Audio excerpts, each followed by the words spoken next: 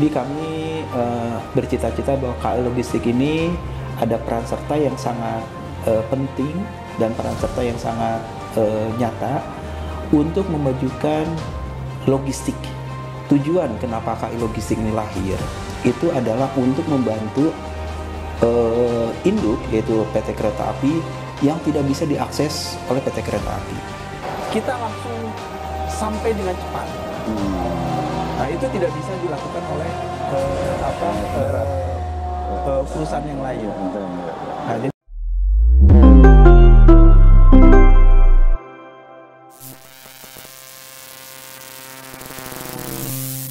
Sobat Transportasi Indonesia, kembali kita hadir di kanal YouTube Transportasi Media. Kali ini saya berkesempatan mewawancarai salah satu lini bisnis dari PT KAI Indonesia, yaitu PT Kereta Api Logistik atau biasa kita sebut dengan KALO. Bersama saya, Triman Sofyan, sebagai pemimpin redaksi Transportasi Indonesia. Saya ditemani oleh Direktur PT Kereta Api Logistik, Bapak Freddy Firmansyah. Selamat sore, Pak. selamat sore juga. Boleh disapa Sobat Transportasi, Pak? Oke, terima kasih.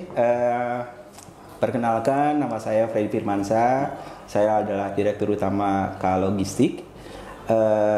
Salah satu anak perusahaan dari 6 anak perusahaan PT Kereta Api, yaitu yang bergerak di bidang logistik.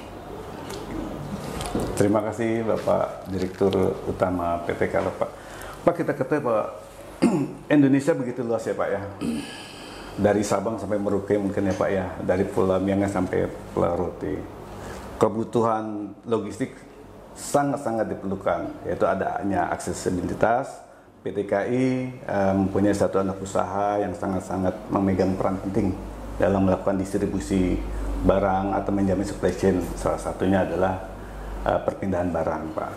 Bagaimana sih Pak peran PT KAI Logistik ini untuk menjamin tersedianya supply chain di tanah air nih, Pak? Oke. Mungkin sebelum kita bicara secara luas, kita bicara dulu tentang PT Kereta Api. Jadi di dalam PT Kereta Api itu salah satu pondasi untuk transportasi adalah logistik ya. Jadi kalau kita bicaranya angkutan barang. Jadi ada 3 pilar pendapatan dari KAI itu adalah angkutan penumpang, angkutan barang, dan komersialisasi aset. Nah, di sana ada yang tadi adalah angkutan barang, di mana angkutan barang itu bagaimana PT Kereta Api melakukan jasa untuk mengantarkan barang dari tempat A ke tempat B. Nah, salah satu tujuan kenapa KAI Logistik ini lahir itu adalah untuk membantu induk, yaitu PT Kereta Api yang tidak bisa diakses oleh PT Kereta Api. Nah, makanya terbentuklah anak perusahaan KAI Logistik. Nah, konsepnya KAI Logistik ini adalah untuk angkutan barang itu ada namanya end to end atau door to door ya. Nah, kereta api di sana berfungsi sebagai mid mile-nya. Jadi angkutan di tengah. Nah, untuk menghandle first sama last mile-nya di sana KAI Logistiknya. Jadi bagaimana KAI Logistik sekarang mensupport PT Kereta Api untuk angkutan di first sama last mile-nya, termasuk nanti di lolonya. Jadi ada lift on sama lift off-nya di sana.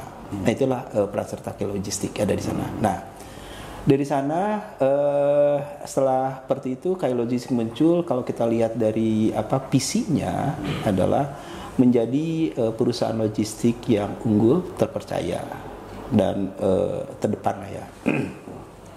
Nah, di sanalah peran serta KAI Logistik, sehingga KAI Logistik supporting usaha bisnis kereta api angkutan barang dengan cara tadi ada lolonya, terus kita juga menyediakan kontainernya, kita menyediakan depot container, warehousing dan sebagainya. Nah, jadi itulah bentuk dari supporting Kailogis terhadap bisnis kereta api angkutan barang, termasuk pengembangannya. Salah satu yang paling sedang kita galakan adalah kita membuat suatu apps ya, super apps. Ada beberapa, salah satunya adalah Trax. Jadi Trax adalah apps yang kita produksi untuk supporting digitalisasi di bidang kurir. Ini seperti itu, Pak. Pak, kita ketahui juga ada beragam sesuai dengan visi dan misinya dari KAI Logistik, Pak ya. Adalah menjadi perusahaan penyedia jasa logistik terpadu, unggul dan terpercaya ini, Pak ya. Layanan atau bisnis layanan yang coba dihadirkan oleh KAI Logistik ini seperti aja, Pak. Kita tahu misalnya ada Kalok Express, kemudian juga ada Kalok Plus ya, Kalok Plus, kemudian juga ada Kalok Pro. Itu bisa dijelaskan? Oh ya, benar Pak. Jadi Kalok Logistik ini sekarang lagi mengklasifikasikan tadi bisnis yang ada di Kalok Logistik.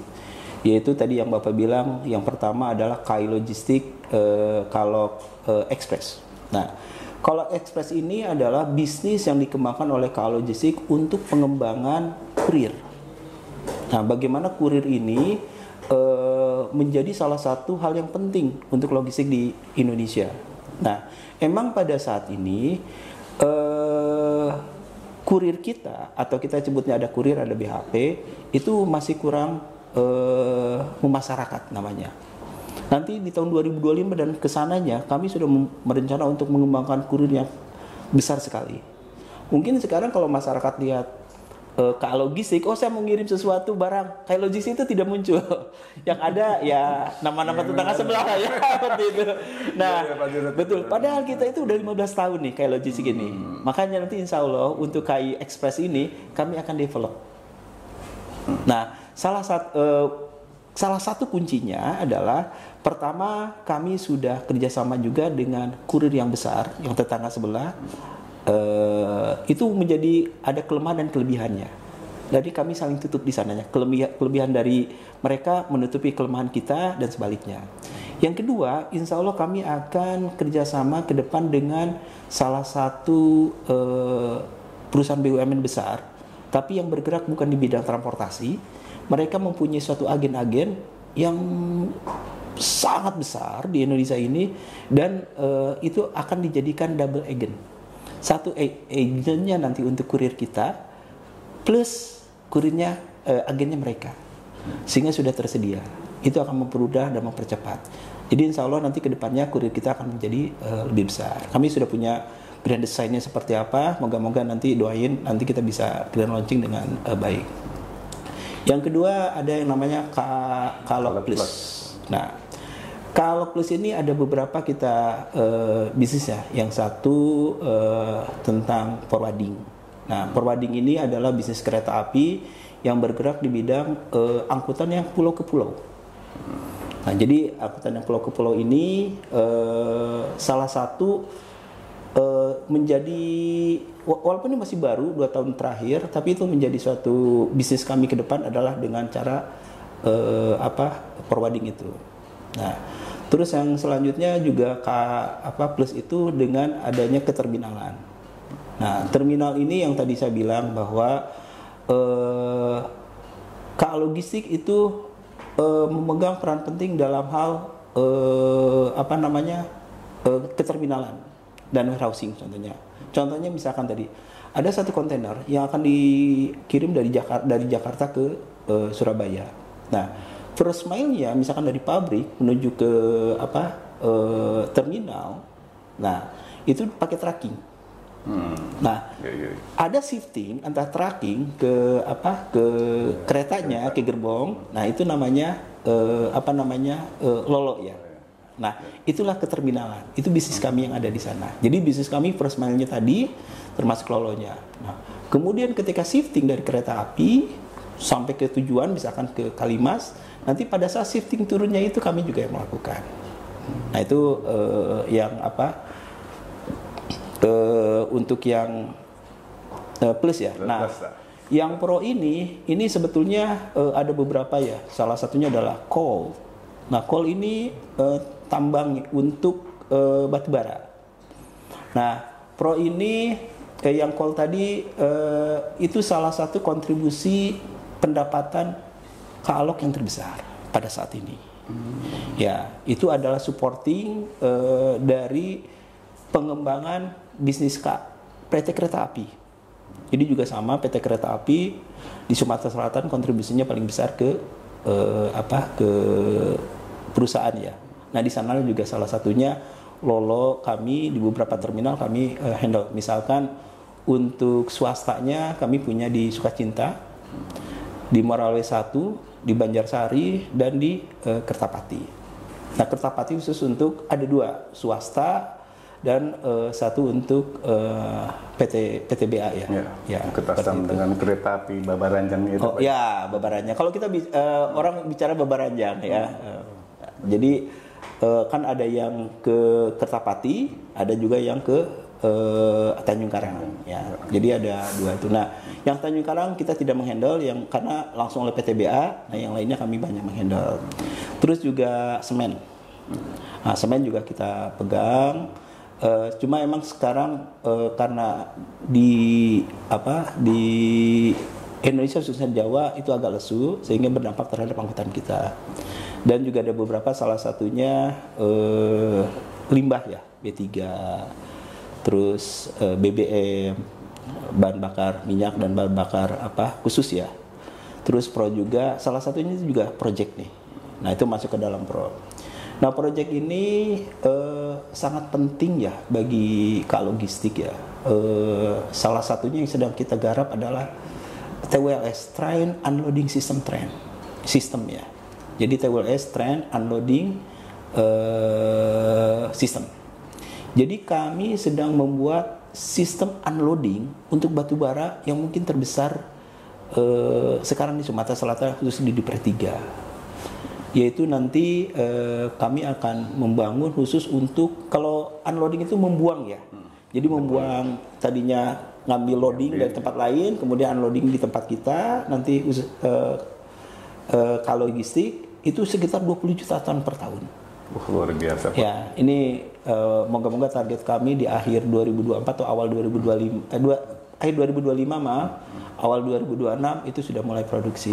Nah, nanti gerbongnya kita pakai hover atau kita bicara kalau bahasa kayak itu bottom dump. Nah, itu 20 juta ton nanti kita bisa sana. Nah, itu salah satu project-project yang sedang kita garap ya, termasuk mungkin nanti kontainernya. Jadi kontainer yang untuk swasta ini kereta api beli kurang lebih 1125 gerbong datar. Itu gerbong itu bisa berfungsi apabila ada kontainernya. Betul Pak. Nah, kontainernya kami meminta nanti kereta api juga kami yang handle. Karena itu hubungannya dengan keselamatan, sertifikasi keamanan dan sebagainya. Nah, moga-moga nanti disewakan ke mitra swastanya sudah dengan kontainernya. Nah, itu juga satu proyek yang kita anggap tadi di Pro itu ada proyek salah satunya. Gitu. Nah, Pak Dirut, kita ketahui juga berapa tahun terakhir ya, pertama habis pasca pandemi apa ya, e-commerce itu begitu sangat masif Pak Dirut ya.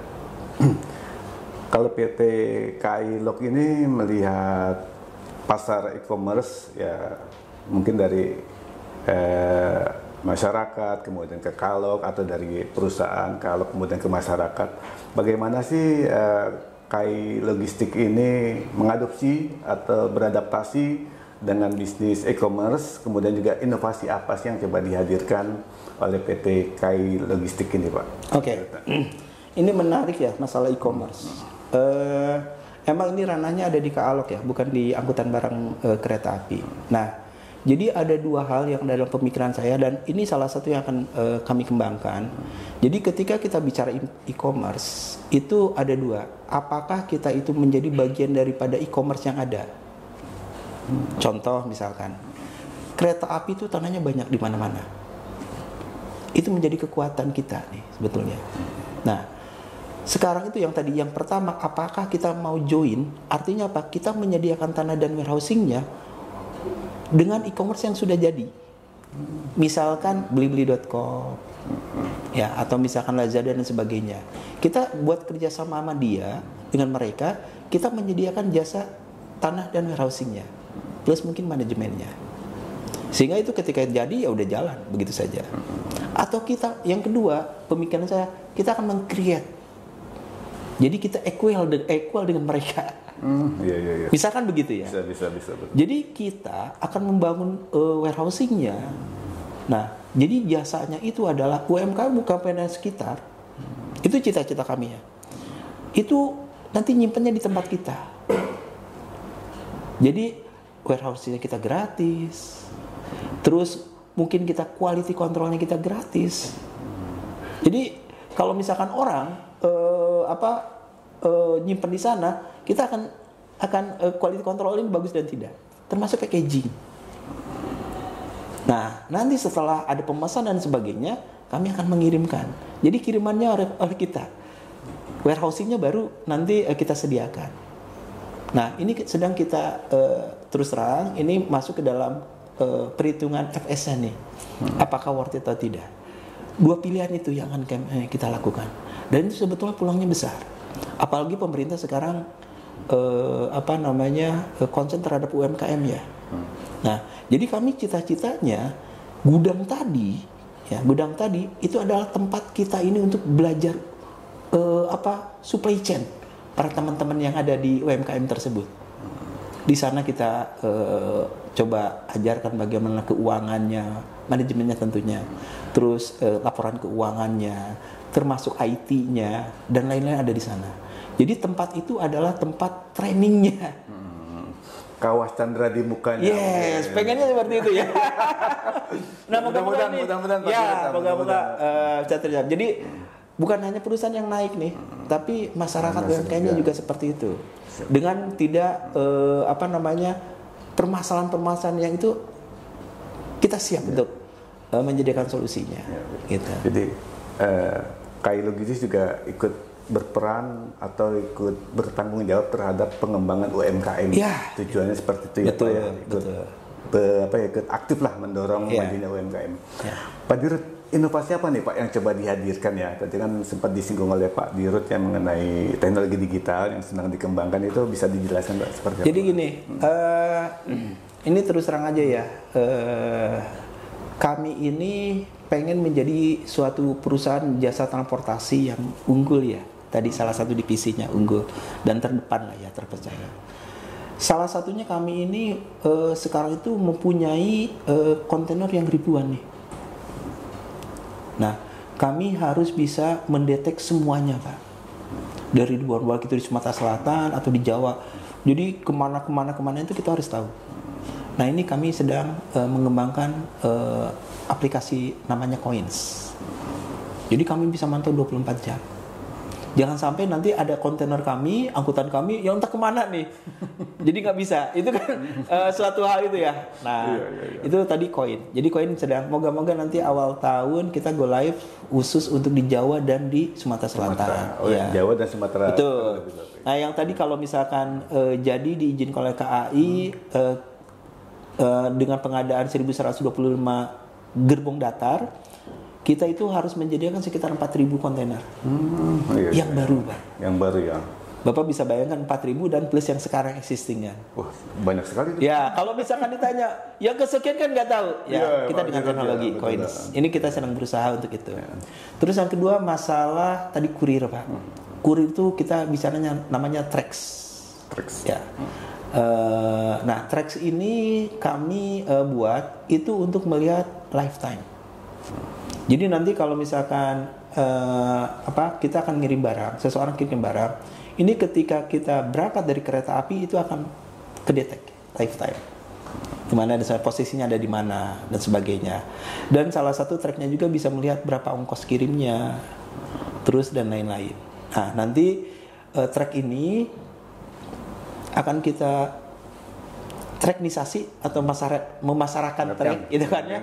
Jadi setiap orang itu nanti punya track, pengiriman cuma sambil di rumah sambil duduk-duduk. Iya. Saya mau ngirim ini, nanti akan datang petugas. Mungkin dalam genggaman ya Pak. Nah, genggaman ya. Di era smartphone seperti itu. Yes. Ya. Nah, jadi kami sekarang mencoba tadi salah satunya adalah koin tersebut.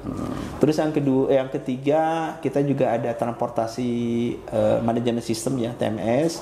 Itu juga salah satu sebetulnya integrasi yang tadi ya. Bagaimana kita bisa melihat door to door-nya, terus lolo-nya dan sebagainya, kita digenggam semuanya dengan seperti itu. Nah, yang terakhir tentang administrasi ya.